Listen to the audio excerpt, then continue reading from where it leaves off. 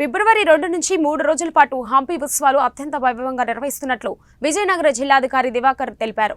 హంపిలోని ఉత్సవాలు ఏర్పాట్లపై జిల్లాధికారి కార్యాలయంలో ఏర్పాటు చేసిన సమావేశంలో పాల్గొని మాట్లాడారు.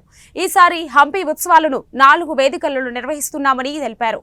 వేదికలో రాష్ట్రంలో ఉన్న ప్రసిద్ధ కళాకారులు, కన్నడ సినీ గాయకులు, స్థానిక కళాకారులు తమ ఉత్తమ ప్రదర్శనాన్ని అందిస్తున్నారని తెలిపారు.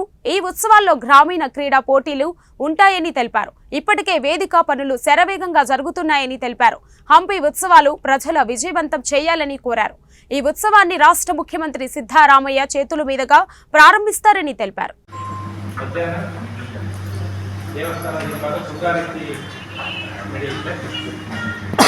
ತುಂಗಾರತಿ ಆದಮೇಲೆ ಅಲ್ಲಿ ಒಂದು ಸಣ್ಣ ಕಲಾವಿದರ ತಂಡದಿಂದ ಕೆಲವು ಸ್ಥಳೀಯ ಕಲಾವಿದರಿಂದ ತುಂಗಾರತಿ ಪ್ರದೇಶದಲ್ಲಿ ಪ್ರದರ್ಶನ ಮಾಡ್ತಾರೆ. ನಾಳೆ 1ನೇ ತಾರೀಕು ಬೆಳಗ್ಗೆ ಜಿಲ್ಲಾಧಿಕಾರಿಗಳ ಕಚೇರಿಯಿಂದ ಎಲ್ಲ ಸಂಘ ಸಂಸ್ಥೆಗಳು, ಸರ್ಕಾರೇತರ ಸಂಘ ಸಂಸ್ಥೆಗಳು ಮತ್ತು ಸರ್ಕಾರಿ ಅಧಿಕಾರಿಗಳ ಒಂದು ಜೊತೆಗೂಡಿ ಹಂಪಿಗೆ ದ್ವಿಚಕ್ರ ವಾಹನಗಳ ಒಂದು ಜಾಥಾ ಮಾಡ್ತೀವಿ. ಮತ್ತು 1 ಗಂಟೆ ಮಧ್ಯಾಹ್ನ ಬೆಳಗ್ಗೆ 11 ಗಂಟೆಗೆ ಅಲ್ಲಿ ಹಂಪಿ ಬೈ ಸ್ಟೈಲ್ 2 ಚಾಪರ್ ಕಂಪನಿಯವರು ಮುಂದೆ ಬಂದಿದ್ದಾರೆ.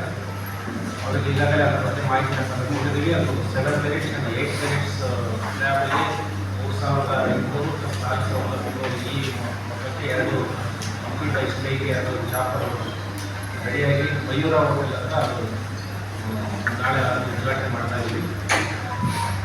ಅದಾದ ನಂತರ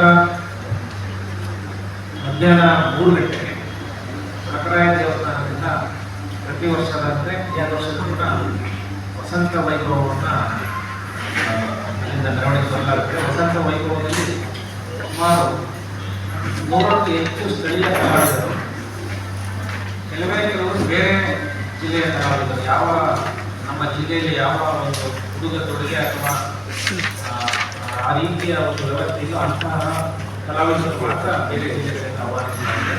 ಸುಮಾರು 100ಕ್ಕೂ ಹೆಚ್ಚು ತಂಡಗಳು ಸಂಜೆ 3 ಗಂಟೆಯಿಂದ ಒಳಗಾರ ದೇವಸ್ಥಾನದಿಂದ ಪೊಲೀಸ್ ರಾಜ್ಯ ಸ್ಟೇಡಿಯಂ ಬಂದು ಅಂತ್ಯಗೊಳ್ಳುತ್ತೆ. ಇದಾದ ನಂತರ 2ನೇ ತಾರೀಕು ಬೆಳಗ್ಗೆ ಹವಾಮ ಆಫೀಸ್ ವಿಭಾಗ